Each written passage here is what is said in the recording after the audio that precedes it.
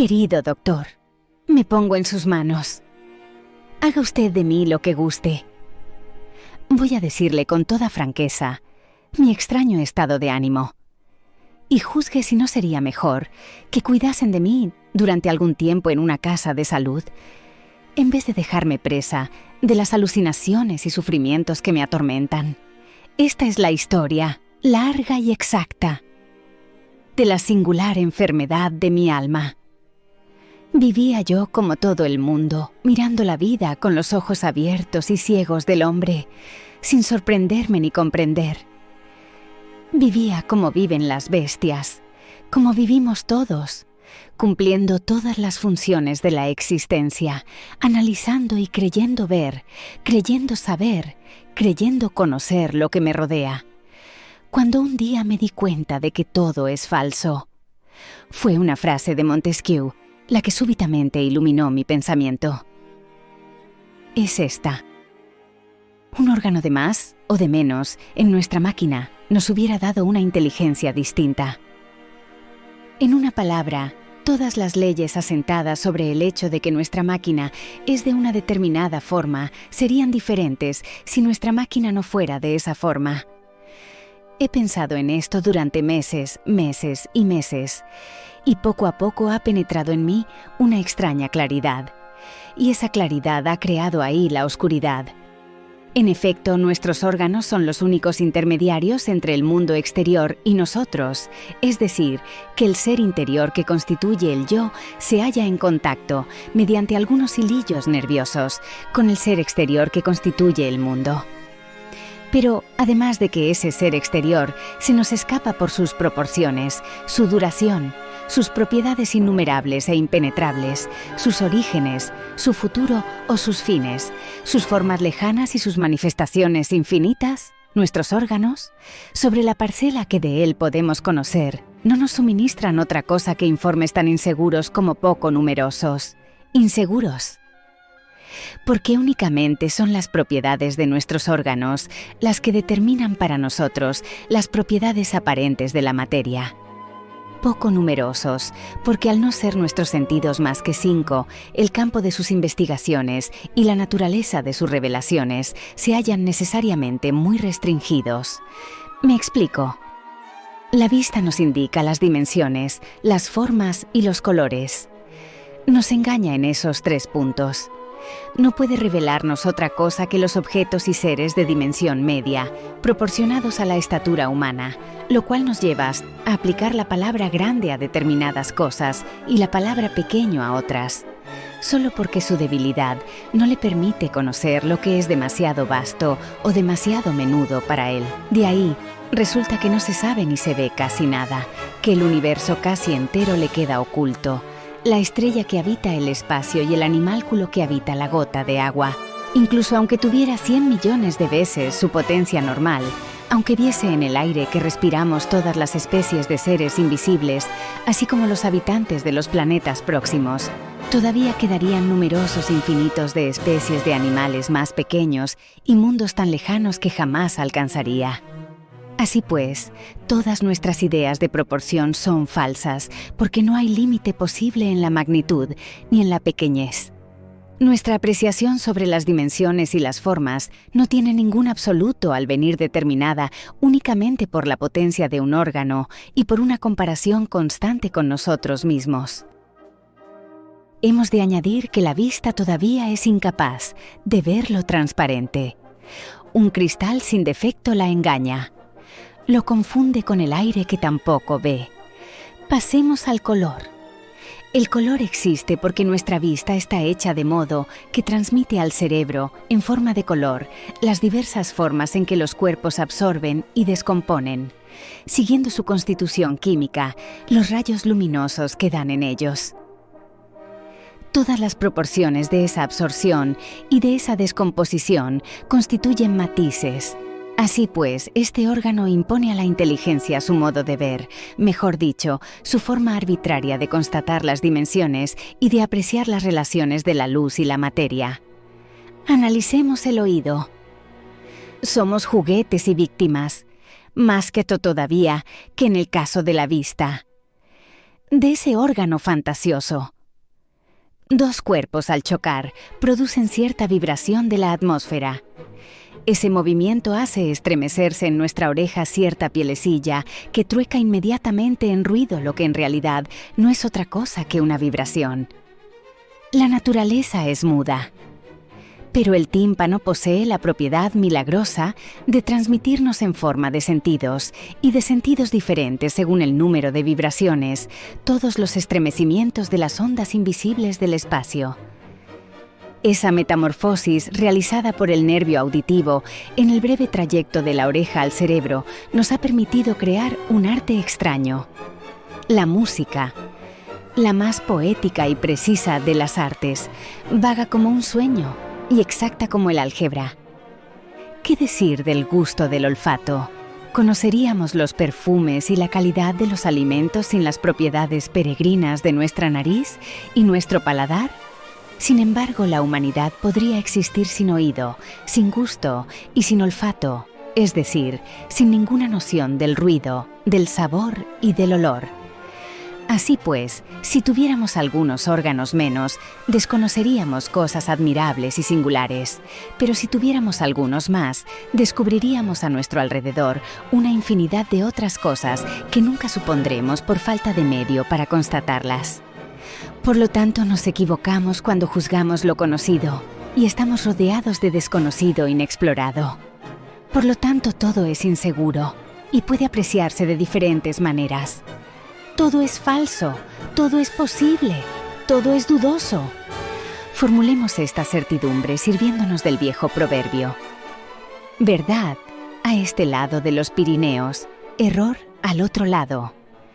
Y decimos, verdad en nuestro órgano, error en el de al lado. 2 y 2 no deben ser 4 fuera de nuestra atmósfera. Verdad en la Tierra, error más lejos, de donde deduzco que los misterios vislumbrados como la electricidad, el sueño hipnótico, la transmisión de la voluntad, la sugestión y todos los fenómenos magnéticos solo siguen ocultos para nosotros porque la naturaleza no nos ha proporcionado el órgano o los órganos necesarios para comprenderlos. Después de haberme convencido de que todo lo que me revelan mis sentidos solo existe para mí, tal como yo lo percibo, y de que sería totalmente diferente para otro ser organizado de otro modo, después de haber llegado a la conclusión de que una humanidad hecha de otra forma tendría sobre el mundo, sobre la vida y sobre todo ideas absolutamente opuestas a las nuestras, porque el acuerdo de las creencias solo deriva de la similitud de los órganos humanos, y las divergencias de opiniones provienen únicamente de ligeras diferencias de funcionamiento de nuestros hilillos nerviosos. He hecho un esfuerzo de pensamiento sobrehumano para suponer lo impenetrable que me rodea. ¿Me he vuelto loco? Me he dicho, estoy rodeado de cosas desconocidas. He supuesto al hombre desprovisto de orejas y he supuesto el sonido como suponemos tantos misterios ocultos. El hombre constata fenómenos acústicos, cuya naturaleza y procedencia no podría determinar. Y he tenido miedo de todo lo que me rodea. Miedo del aire, miedo de la oscuridad. Desde el momento en que no podemos conocer casi nada y desde el momento en que todo es ilimitado, ¿qué es el resto? ¿No es el vacío? ¿Qué hay en el vacío aparente? Y ese terror confuso de lo sobrenatural que acosa al hombre desde el nacimiento del mundo es legítimo, porque lo sobrenatural no es otra cosa que lo que permanece velado para nosotros. Entonces he comprendido el espanto. Me ha parecido que rozaba constantemente el descubrimiento de un secreto del universo.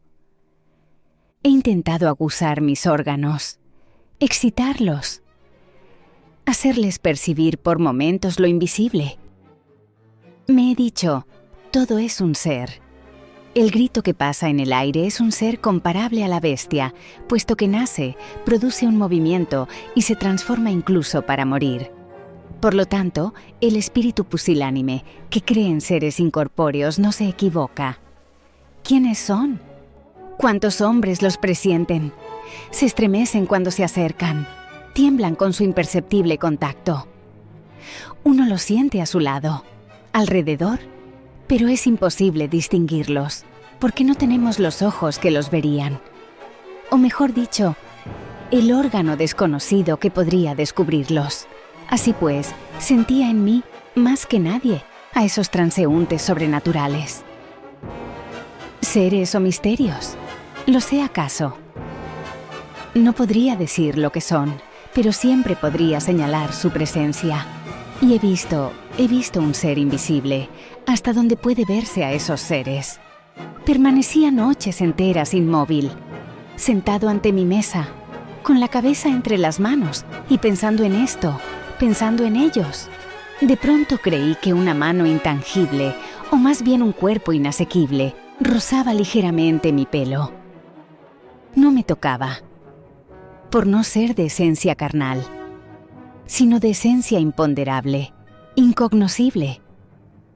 Pero una noche oí crujir el entarimado a mis espaldas. Crujió de un modo singular. Me estremecí, me volví. No vi nada, y no volví a pensar en ello. Pero al día siguiente, a la misma hora, se produjo el mismo ruido. Tuve tanto miedo que me levanté, seguro, completamente seguro, de que no estaba solo en mi cuarto. No se veía nada, sin embargo. El aire estaba límpido y transparente en todas partes.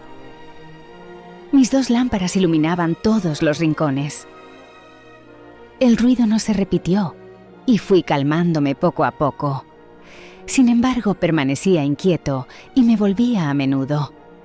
Al día siguiente me encerré a hora temprana, buscando la forma en que podría conseguir ver lo invisible que me visitaba. ¿Y lo vi?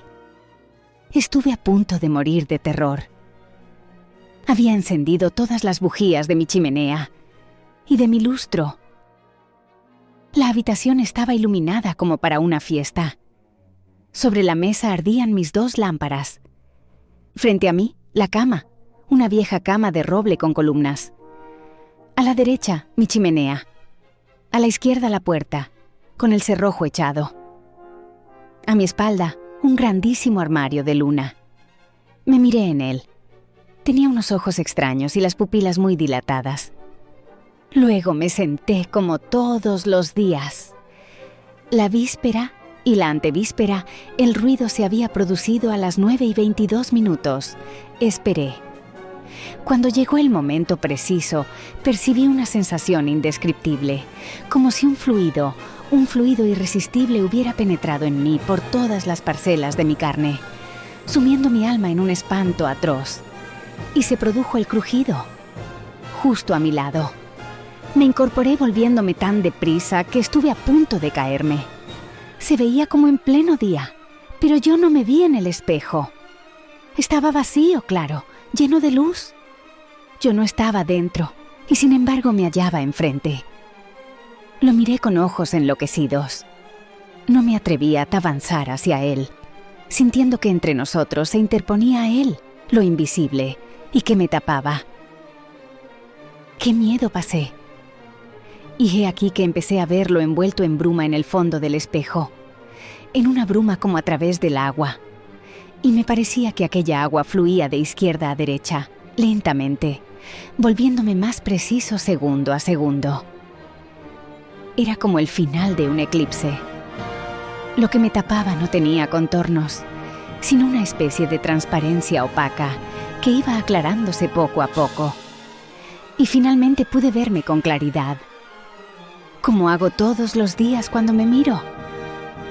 Lo había visto y no he vuelto a verlo, pero lo espero sin cesar y siento que mi cabeza se extravía en esa espera. Permanezco horas, noches, días y semanas delante del espejo esperándole. Ya no viene. Ha comprendido que yo le había visto, mas yo sé que le esperaré siempre, hasta la muerte, que le esperaré sin descanso, de delante de ese espejo, como un cazador al acecho. Y en ese espejo empiezo a ver imágenes locas, monstruos, cadáveres horribles, toda clase de bestias espantosas, de seres atroces, todas las visiones inverosímiles que deben acosar la mente de los locos. Esta es mi confesión, querido doctor. Dígame qué debo hacer. Carta de un loco. Guy de Maupassant, 1885.